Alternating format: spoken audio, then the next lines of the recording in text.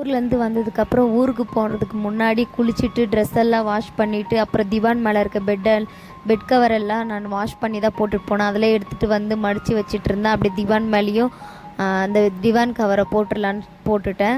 அதுக்கப்புறம் வீடெல்லாம் டஸ்ட்டாக இருந்துச்சு. சரி அப்படியே பெருக்கி கூட்டிகிட்டு வந்தேன். நான் வெளியூர் ஹால்லேயும் உள் ரூமையும் நல்லா பெருக்கி எடுத்துகிட்டு வந்துட்டேன். முடிச்சதுக்கப்புறம் கிச்சனுக்கு வந்தேன். கிச்சன்லேயும் ஃபுல்லாக ஊருக்கு போகிற அன்றைக்கி லஞ்ச் எடுத்துகிட்டு போய் இந்த தக்காளி கிரேவி அதுவும் கொஞ்சம் ஆயிலெல்லாம் இருந்ததுனால க்ளீன் பண்ணாமல் போயிட்டு சரி நீ க்ளீன் பண்ணிடலாம் ஸ்டார்ட் பண்ணிட்டேன். வீடெல்லாம் டஸ்ட்டாக இருந்ததுனால ஒரு இரும்பல் வந்துச்சு. சரி கொஞ்சமாக தண்ணி குடிச்சிட்டு கொஞ்சம் ஸ்பீடாக வேலை செய்யலான்ட்டு ஸ்டார்ட் பண்ணிட்டேன். அப்புறம் நல்லா வாஷ் பண்ணி விட்டுட்டு ஒரு காட்டன் துணி வச்சு நல்லா வைப் பண்ணிட்டேன். வைப் பண்ணதுக்கப்புறம் வீட்டில் சிம்பிளாக இருக்க பொருளை வச்சு தான் நான் வந்து தக்காளி சாதம் பண்ணலான்னு ஸ்டார்ட் பண்ணிவிட்டேன். ஒரு குக்கர் எடுத்துக்கோங்க, தேவையான எண்ணெய், பட்டை, லவங்க, ஏலக்காய் போட்டுக்கோங்க, 2 பச்சை மிளகா, மீடியம் சைஸு வெங்காயம் போட்டுட்டு சோம்பு கொஞ்சமாக போட்டுக்கோங்க. அப்புறமா நல்லா மிக்ஸ் பண்ணி விட்டதுக்கப்புறமா மீடியம் சைஸ் தக்காளி, நாங்கள் 2 பேர் தான் சாப்பிட்றோம், அதனால் நான் ஒரு தக்காளி தான் எடுத்திருக்கேன்.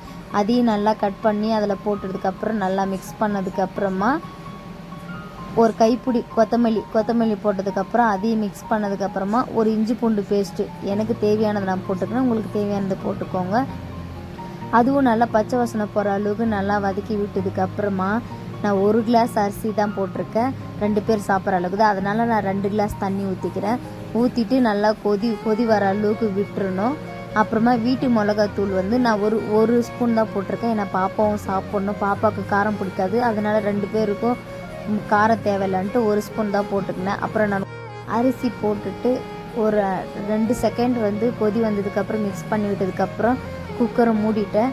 குக்கரை விசில் வர்றதுக்குள்ளே சிங்கில் இருக்க பாத்திரத்தெல்லாம் வாஷ் பண்ணிடலான்னு ஸ்டார்ட் பண்ணிவிட்டேன். ஏன்னா இப்படியே விட்டுட்டுனா சோம்பேறித்தனத்தால் அப்படியே விட்டுருவோம். ஏன்னா ஊர்லேருந்து வந்தனால டயர்ட் ஆகிடுச்சு, அப்படியே விட்டுறலான்ட்டு நாளைக்கு வரைக்கும் இப்படியே தள்ளி போட்டுனே இருக்கோம். சரி இப்போவே முடிச்சிடலான்ட்டு எல்லாமே நான் வாஷ் பண்ணுறதுக்கு ஸ்டார்ட் பண்ணிவிட்டேன். வாஷ் பண்ணிவிட்டு அப்படியே சிங்கெல்லாம் ஃபுல்லாக க்ளீன் பண்ணிவிட்டேன். ஏன்னா எனக்கு வந்து க்ளீனாக இருக்கணும், ஒரு வேலை பண்ணால் அதை ஃபுல்லாக நான் முடிச்சிடணும்.